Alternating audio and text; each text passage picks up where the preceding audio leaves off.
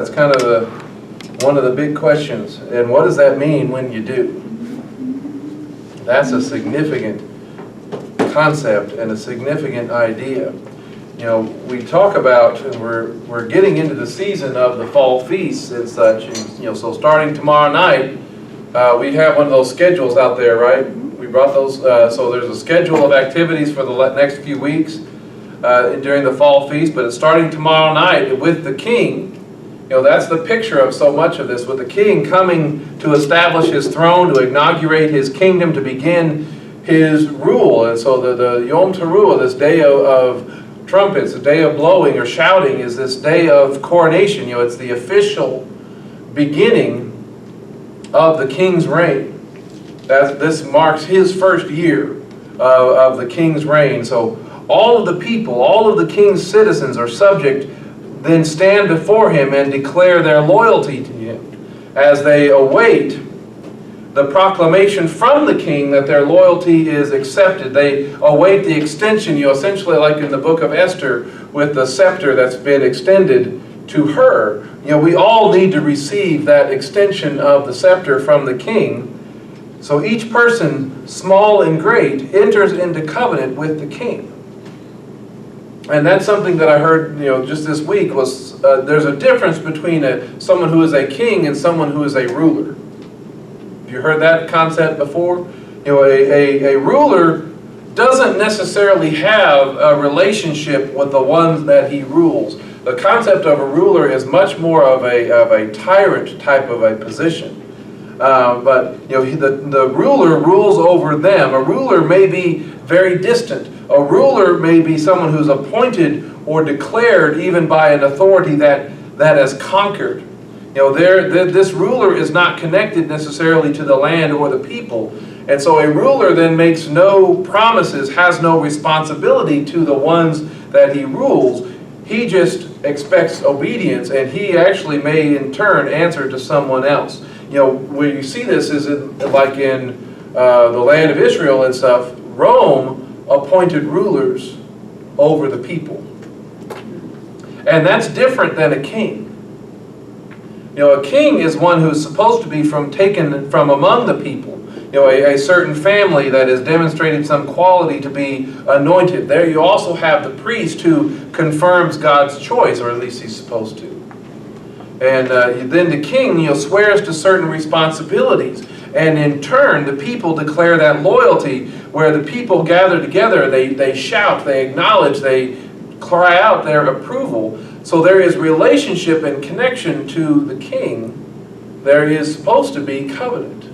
And as we talked about a couple of months ago with the Shema in a lot of ways can be understood or can be seen as a statement of loyalty to our king. He causes us to bow, and then he raises us up. And you see this language here throughout all of this situation, all of this passage. But in Deuteronomy chapter 29, starts out, he says, "You are standing today, all of you, before Adonai your God." He says, "The heads of your tribes, your elders, your officials, all the men of Israel, your children, your wives, and the outsider within your camp, from your wood chopper to your water carrier, each of you is to cross over into the covenant of Adonai your God that he is cutting with you today, and into his oath." Each of you. It doesn't matter who you are. It doesn't matter where you are, where you come from, or all people, small and great, are going to be standing before Adonai, standing before the Lord. You know, who is the king? That's one of the things. Who is the king and who are the vassals and the citizens? When it talks about this, you are standing today, all of you, before Adonai your God. So who is the king in this situation? He is. The Lord is. Adonai is the king.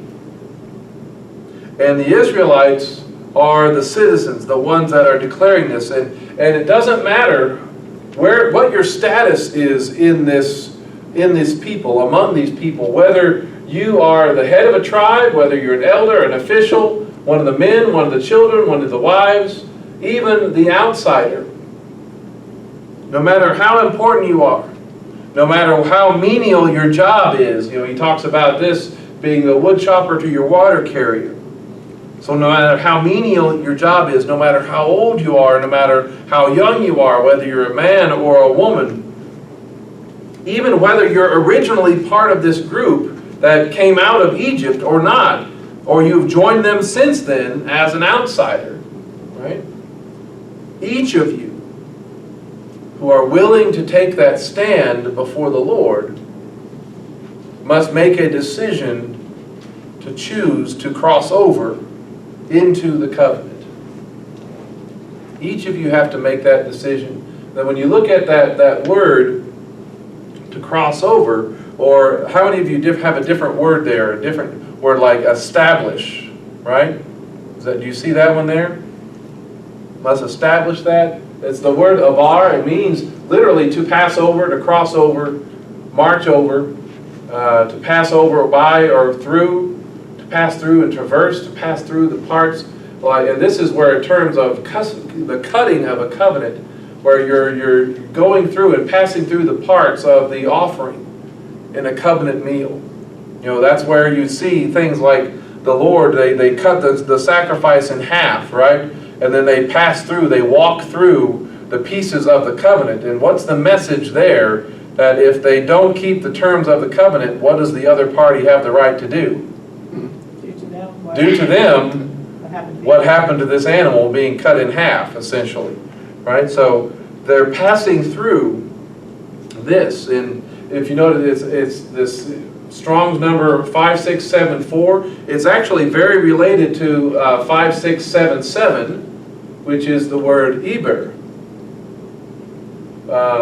Which verse is that? Excuse me, which verse? I'm sorry. Well, that is in verse 11. Each of you is to cross over or establish the covenant. And it's related to the word Eber. It's a different vowel pointing, but the same spelling. Or Heber from Genesis 11. He's the son of Salah, the great-grandson of Shem, father of Peleg and Joktan. It means literally like the region beyond that they have come through. It's where the word Hebrew comes from. And that literally means, or that's why we understand it, as one who has crossed over. And it's talking about he's someone from beyond the river. He's someone from beyond there. He has come across with us. But that's why they are called Hebrews. They are ones who have crossed over. And it's interesting that it uses that same kind of word, same kind of language into when you enter into the covenant, you are crossing over. Everyone must choose this day whom they're going to serve. And they're invited to enter, to cross over, essentially from death to life, aren't they? They must decide whether or not they're going to accept Adonai, accept the Lord as their king. And if they do, if they're willing to cross over and enter into this covenant and make him and establish him as king, he makes certain promises to us as king, certain responsibilities that he says he will do as king. Don't we sing a song, one of the hymns is standing on the promises of God. He makes them. Is he going to fulfill them? Is there any doubt that he is going to keep his word? No. We stand on those promises. We trust him to do that. But as citizens, when we agree, when we cross over and enter into this covenant, we agree to live under his rule and under his protection. And so what he declares, what the king declares, because we have agreed to cross over and enter into this covenant, we must do. And how he wants us to live, we must live. So we are essentially bowing our knee to the king. If you've seen those pictures of what happens with knights before kings and things, they bow and kneel before them and they do the knighting ceremony and all that other kind of stuff. Well, it's that same kind of picture. We bow the knee to the king, and so therefore he has the right. he has, more importantly, the authority to ask anything of his people. And if we have crossed over into the covenant, we are agreeing that we will honor the king. Crossing over into the covenant means that he has crowned him King of Kings in our life. And no other loyalties are permitted. No other loyalties are allowed. His coronation is official. And each crossing over into the covenant is essentially a moment of teruah, a moment of shouting, a moment of blowing of trumpets, so to speak, where all of which, in order to make that shofar sound, what do you have to put through it? You have to put your breath. You have to put your spirit into it. It's not going to make a sound on its own, right? Shofars don't trumpet on their own. Somebody has to be blowing on it. Someone has to be blasting on it. You inhale, and you blow it out. That is the power of that shouting, of that statement, of that you're giving up yourself to that. That's the statement of the power that comes in the confession of our lips. Right? Romans talks about that, said if we confess with our mouth. How can you confess if you're not blowing and breathing out, right? You're breathing out. If you confess with your mouth that Yeshua is Lord and believe in your heart that God raised him from the dead, then what happens? You're saved. What's the promise in response? You are saved, right? Of course, what do you have to do after shouting, after you blow and blast through the shofar? If you've exhaled everything you've got, what do you have to do? You better take a breath, right? And so you inhale, you take a deep breath, you receive breath and continue your life. Your king essentially gives your life back to you. He breathes on you. You receive the Spirit to go on living now as a citizen of the kingdom. And he then directs and gives you mission and purpose to their lives. Just as Yeshua, he breathed on his disciples in John chapter 20. Yeshua said to them, Shalom Aleichem, as the Father has sent me, I also send you. That's the mission. And after he said this, he breathed on them and he said to them, receive what? The Ruach HaKodesh, the Holy Spirit. Right? So you breathe out, with your confession, you breathe in the life-giving Spirit of what he gives to you. And bending the knee has its benefits. You see that in the next Hebrew. A Hebrew is one who has crossed over. Hebrews are those who have crossed over. We've crossed over into the covenant. So, why did it do that? There's benefits in this. He says, this is in order to confirm you today as his people. So he will be your God, just as he promised you, and just as he swore to you, to your fathers, to Abraham, to Isaac, and to Jacob. And not with you alone am I cutting this covenant and this oath, but with whomever is standing here with us today before Adonai our God, and with whomever is not here today. One of the benefits is this up here. You will be confirmed or established as his people. You will be made a citizen of his kingdom.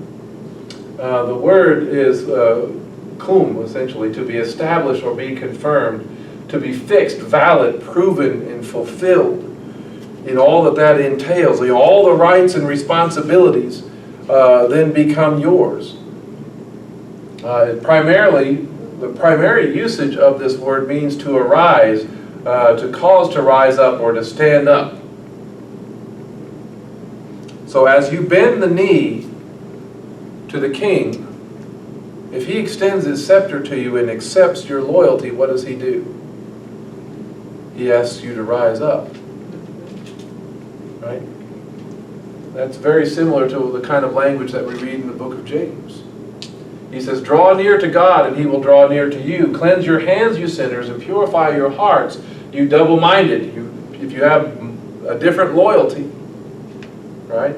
Lament, mourn, and weep. Let your laughter be turned into mourning, your joy into gloom. Humble yourselves in the sight of God, of Adonai, and He shall lift you up. It's that same kind of language. You bend the knee towards the King, and He will lift you up in due time. He will exalt you. He will raise you up as a new citizen, as a new member of His kingdom and His household. He lifts up. He elevates us from our life of slavery to sin, slavery in Egypt and all that, and He raises us up into His service, under His protection, expecting the fulfillment of His promise. So by crossing over, by entering into His covenant, these people were entering into the same kind of relationship, entering into the same promise as Abraham, Isaac, and Jacob. That was the promise that He makes back there in that passage. In verse 12, He says, just as He swore to your fathers, to Abraham, to Isaac, and to Jacob. So even though they were separated by several hundred years, right? They've already gone through the time in Egypt and all that time that they were there. Even though they were separated by all this time, they had a connection all the way back to the patriarchs. They had a connection back to Abraham, Isaac, and Jacob.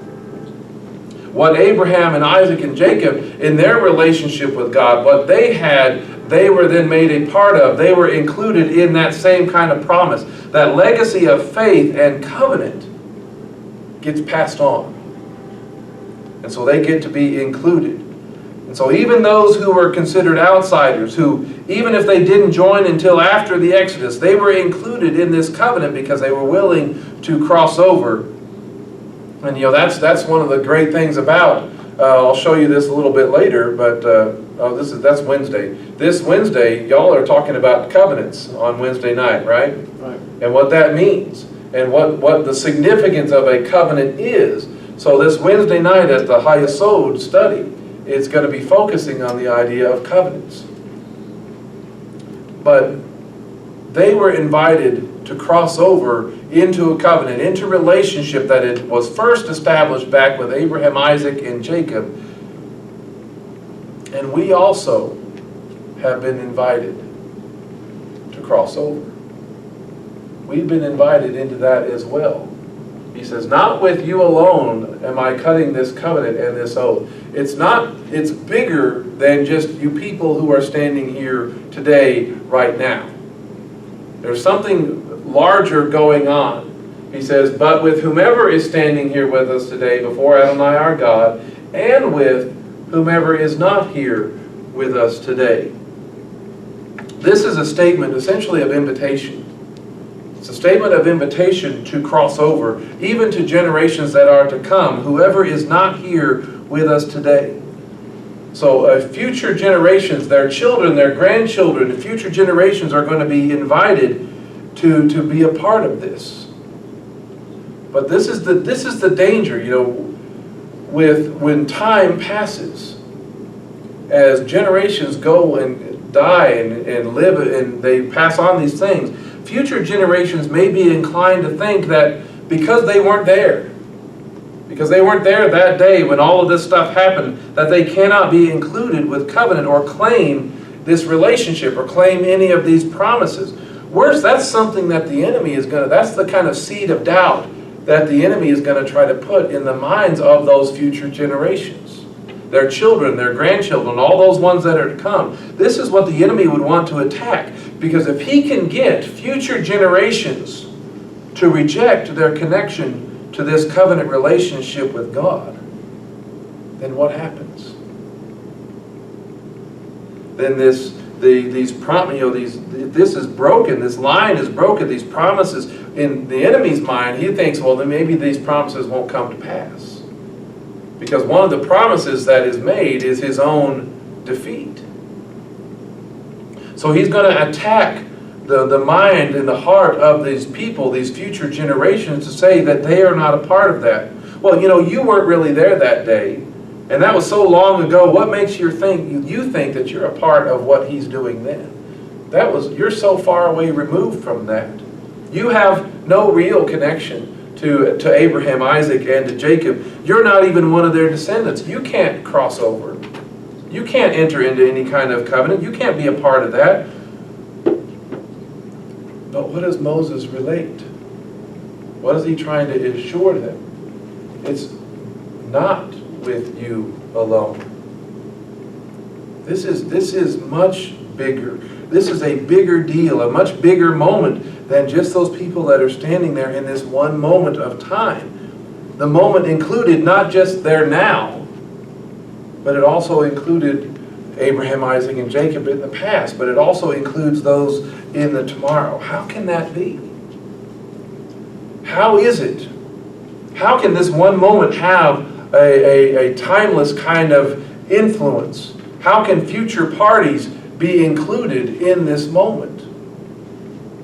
Because if you're talking about a covenant, between two people or two nations and things like that, that would be a very legitimate question, especially in two people, because in the future, 100 years from now, the parties that made the covenant, are they still going to be around? No. The ones that actually entered it are going to be dead. They would have died. So neither could agree to expand the terms to include anybody else. But in this moment, in chapter 29, is there anybody in this covenant that's still living? There's two sides to each covenant. Is one side still living? Yes. He is still present. The Lord, Adonai, is still present to approve and accept new people into the terms of the covenant agreement, to be a witness to those in the future who will be crossing over. Because the Father still exists to represent one side of the covenant. But where does that leave us on this side? Right? And what I'm getting at with this is part of the power of the incarnation, of the Word becoming flesh. Because the Yeshua coming to this earth as Messiah, does his influence, does his intercession continue to this day? Yes, it does. I mean, don't we say that about the cross, about the resurrection of Messiah, that Yeshua has a timeless influence that is constantly, that's why we share the gospel. That's why we go out and talk to people about Messiah, because he is still desiring to welcome new people into covenant with him. Because he is always living, as Hebrews talks about it, he is always living to intercede and speak for us, speak on our behalf. He now represents us on this side of the covenant, because he's been made just like his brothers. We have this prophet like unto Moses. We have this intercessor like unto Moses, who himself will never die. So you have on both sides of this covenant relationship, you have an eternally living being on both sides to ensure that the terms of the covenant are upheld, that the promises are kept, and that they can both continue to oversee the expansion of those who can cross over into the covenant, whomever is not here with us today.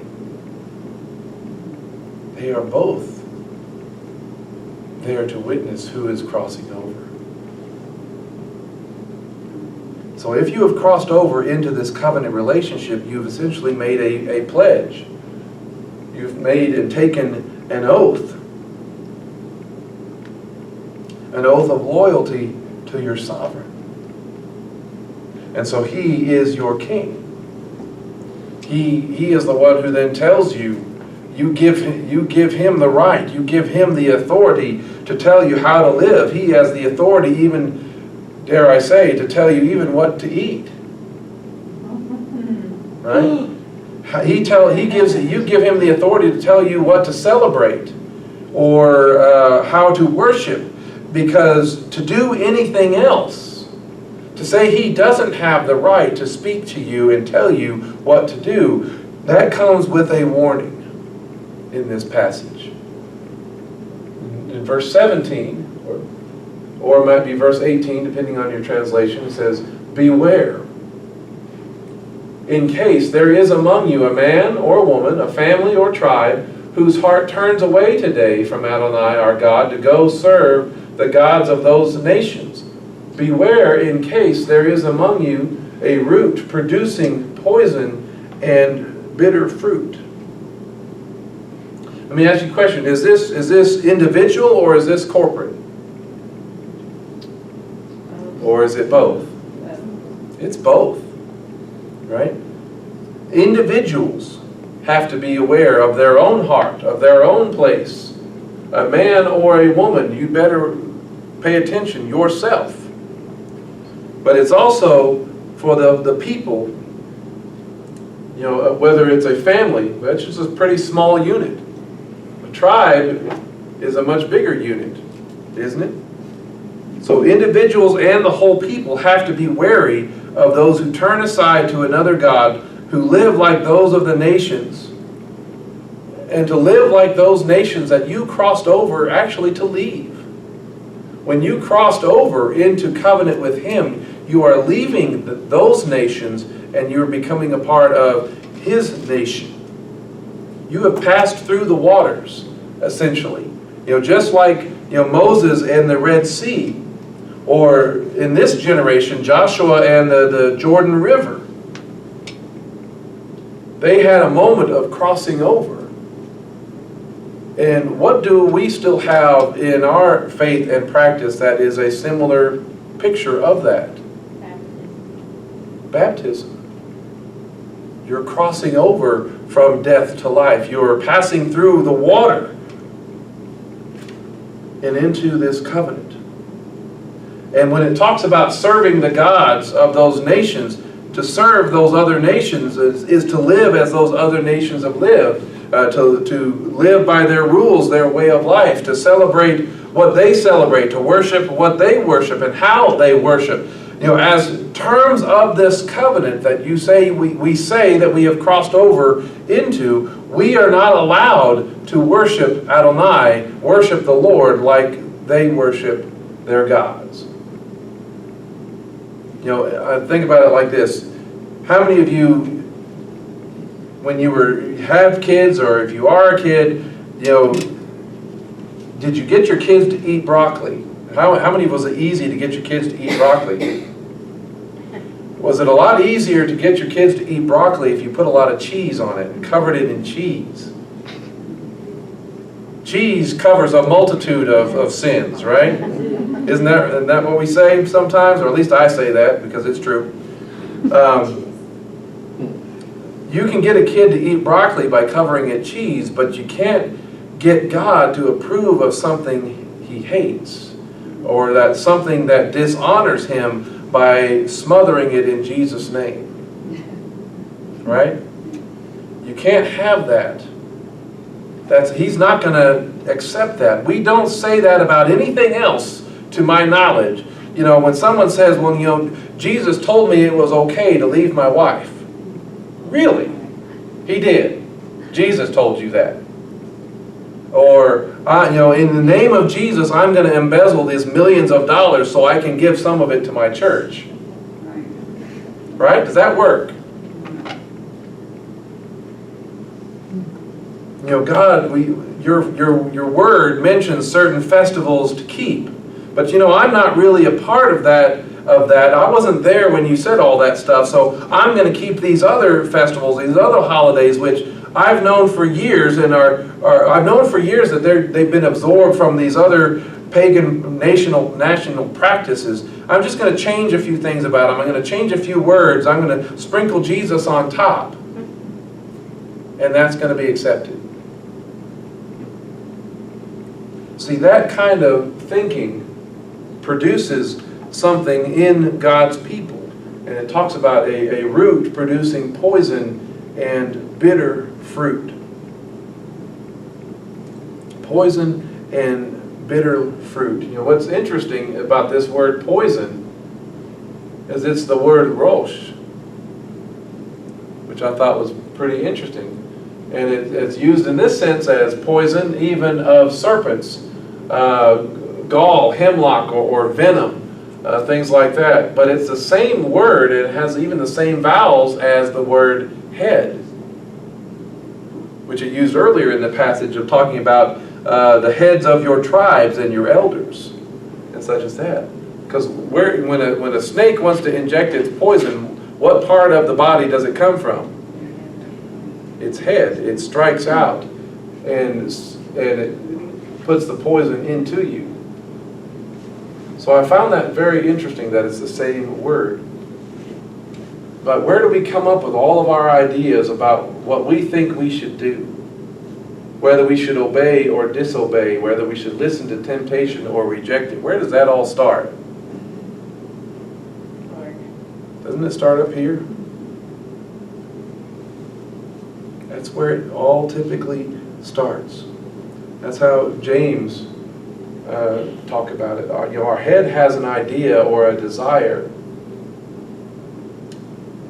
Rather than glorify God, it becomes a poison to our soul.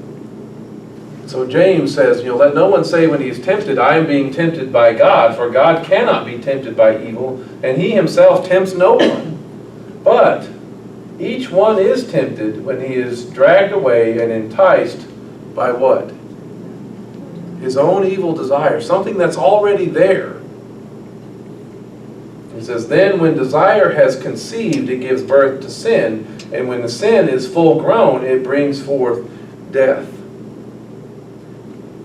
It's a root producing poison and bitter fruit. See, our temptation doesn't come from God, but from what's in here already. Our thoughts, which even when we dwell on them, this is the challenge for us. Even when we dwell on them and don't act on them, can they still be a problem? Yes, they can. Even if they never see the light of day in our actions, but because we've been thinking about them in our head, they can be a problem. They can produce bitterness. They can produce resentment. They can produce this poison to an individual, poison to a family, poison to a tribe or a community, a workplace. And oftentimes the bitterness or the poison in an individual, does it only affect them? No, it oftentimes spills over into poisoning everybody around them. Hebrews talks about it in chapter 12. He says, see to it that no one falls short of the grace of God, and see to it, that's that kind of a beware kind of a statement, that no bitter root springs up and causes trouble, and by it, how many are defiled? Is it just one person that's defiled, or it's many that's defiled? Right, the very next verse goes on to say, see to it that you're not immoral or godless like Esau. Was Esau bitter toward Jacob? How long is that last? Is it still ongoing? Yes. We are still seeing the bitterness and the resentment and the hostility and the violence from acts that happened thousands of years ago. We're still living with that. When bad fruit, when you think about bad fruit or bitter fruit and those types of things, they do not belong in the people that have crossed over. Bad fruit does not belong in the person or people of God. But I want you to notice that what Yeshua relates bad fruit to in Matthew chapter 7, verse 15. He connects bad fruit to false teaching and false practice, activities which are not sanctioned by God or part of His covenant commandments. He says, watch out for false prophets who come to you in sheep's clothing, but inwardly are ravenous wolves. He says, you will recognize them by what? By their fruit.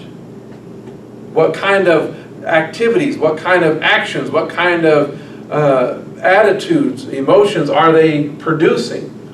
Grapes are not gathered from thorn bushes, or figs from thistles, are they? Even so, every good tree produces good fruit, but the rotten tree produces bad fruit. It goes on in verse 18, a good tree cannot produce bad fruit, nor can a rotten tree produce good fruit. Every tree that does not produce good fruit is chopped down and thrown into the fire. So then, you will recognize them by their fruit. When you think about what is bad fruit, bad fruit is really anything that leads to disobedience to the mitzvot of Adonai. Or it's also, bad fruit is anything that is produced from a life of disobedience. Disobedience to his commands is going to produce bad fruit. So, do we do bad things so that good may result? It's kind of a question that Paul plays with. Shall I go on sinning so that grace may increase? Is how he puts it. And he says, no, that's crazy. May it never be. Right? So, do the ends, what we identify, what we think is good fruits, do the ends justify the means to get there? No, they don't.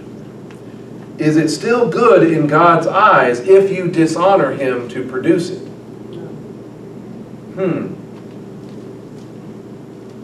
That's one of the biggest fights I've had, as a pastor, is the whole relationship in churches, between churches and Halloween, which is up next month. Boy, you would not believe the amount of conflict that existed over that issue of should we participate in that and all that kind of stuff. It confuses me to this day, because if there's anything that we do as a culture, if there's any holiday that we celebrate and participate in as a culture that we should be able to recognize as darkness, evil, and pagan, shouldn't that be pretty obvious? I mean, that's should be a no-brainer for it, but we excuse it and justify it and things like that. We allow it because, after all, what if they start coming to church? Well, how did you bring them? Are you trying to produce good fruit from bad behavior? Bad or bitter fruit causes division. It leads people to idolatry, to accepting false teaching and things like that. And it brings the rightful judgment of God. And such a tree that is doing the wrong things and thinking they're going to produce bad fruit. Let me ask you, what does a tree typically symbolize in the Gospels and such, and in Jewish thought? A person, people. Right? So every tree, every person that doesn't produce good fruit, what's the consequence? They're chopped down and thrown into the fire. Right? So here's the flip side. If bad fruit is anything that results or grows from or out of disobeying the commandments of God, then what is good fruit? What is good fruit? Good fruit will be those things which lead to or grow out of obedience to His covenant commands. Those things are the things that bring blessing. And what kind of fruit are we called to produce? Galatians 5. Good fruit, right? We're called to produce fruit in keeping with repentance. Is one thing. When you're repenting, you're turning away from doing something going the wrong way, and you're turning back to going the right way. Right? The fruit of the Spirit. Are the fruit of the Spirit going to be consistent with the commands of God, or are they going to be against them? Love, joy, peace, patience, kindness, goodness, gentleness, faithfulness, self-control. Is any part of that going to say, yeah, these commands of God, I don't really need them? No. A good tree produces good fruit. Good fruit comes from a life that is keeping the commands of God, is produced out of a life that is keeping the commands of God. So when you think about the commands of God, are they really for me? Am I supposed to be a part of this? If you accept the ideas, if you accept the statements that we sometimes hear that, oh, well, you know, I'm not really a part of that covenant, will that produce good fruit or bad fruit? If you accept that idea, I'm not really a part of that covenant. What's more likely to be produced from that? Not good fruit. But what if you accept the idea that says that covenant was just for the Jews and not for us? Is that more likely to produce good fruit or bad fruit? But you know, it's innocent fun, so that must mean it's okay. What can I justify with that one? Is there a lot of stuff that's fun out there that's bad for me? Oh yeah. I could have fun doing a lot of things. But that doesn't mean that God is pleased with those things. Fun is not the standard of deciding what is right and what is wrong. You know, if it will reach people for Jesus, then it must be okay. No matter what it is, it must be good. Because you hear what some places teach, what places are willing to do in order to reach people. And it's like, you're crossing a few lines to do that. The Torah, the commands of God, if you accept this idea, you know, the Torah, the commands of God are only for salvation and are too difficult to keep and live by. So I don't need to worry about it. Is that going to produce good fruit or bad fruit? See, many of those statements, they have the appearance of wisdom. They may sound good on some level, but are not based on Scripture, and in fact often contradict them, particularly that last one, that this is too difficult for you. Because he specifically says in this passage, for this mitzvah, these commandments that I'm commanding you today, is not too difficult for you, nor is it far off. It's not too difficult. See, he intends for us to live these out. He intends for us not to do this to be saved, but because we are saved, because we are redeemed. Because we are saying, in essence, that we were also there that day in Deuteronomy chapter 29. We should consider ourselves as one of those that were not there but still invited. You know, so you think about the fruit is, you know, Yom Teruah, Rosh Hashanah, was here just tomorrow, is keeping that a good thing? Is it going to produce good fruit? Yeah, that's part of it. You know, because if these commands are not for us, then what we're really saying is that we weren't there that day. We aren't included in what was going on that day. We're not really connected to those people at all. We're not really connected to Abraham, Isaac, and Jacob like they were. Nothing. We have learned, nothing that we have gained, nothing that has been further revealed since this day in Deuteronomy 29. Nothing that has been shown to us is going to contradict or go against what has been revealed here. Nothing Yeshua says or does will violate these truths, because he stands as our intercessor, our representative, like unto Moses. Remember what we read about in John chapter 12. Nothing that he says, he speaks only what the Father has told him to speak. In this moment,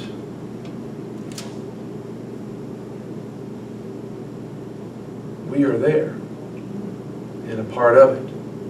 And Yeshua is our representative, is there in this moment to help and encourage more people to cross over into this covenant and live as the people of God, and demonstrating that the transformed life by living those terms, by doing and keeping that Torah, because that produces good fruit in His people.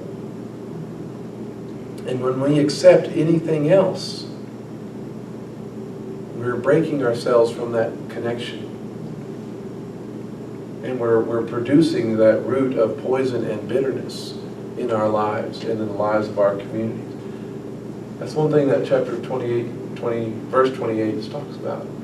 He says, these secret things belong to Adonai our God, but the things revealed belong to us and to our children forever. In order to do, here's the purpose of why these things are revealed to us. That's why that passage in Romans that I read just a little while ago, I meant to save that spot.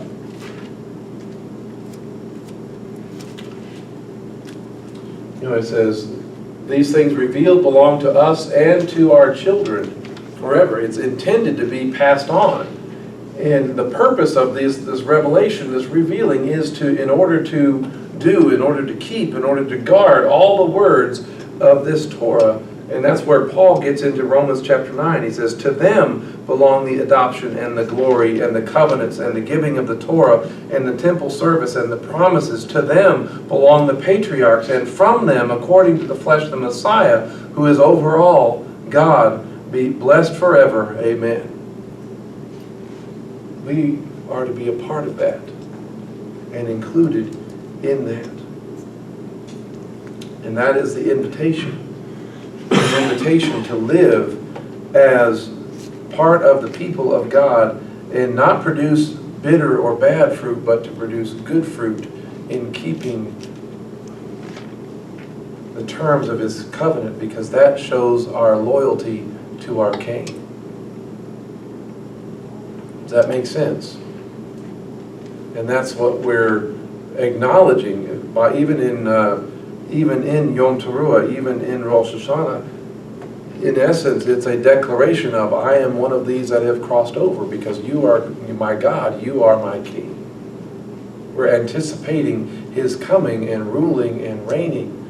We're saying that we are one of His.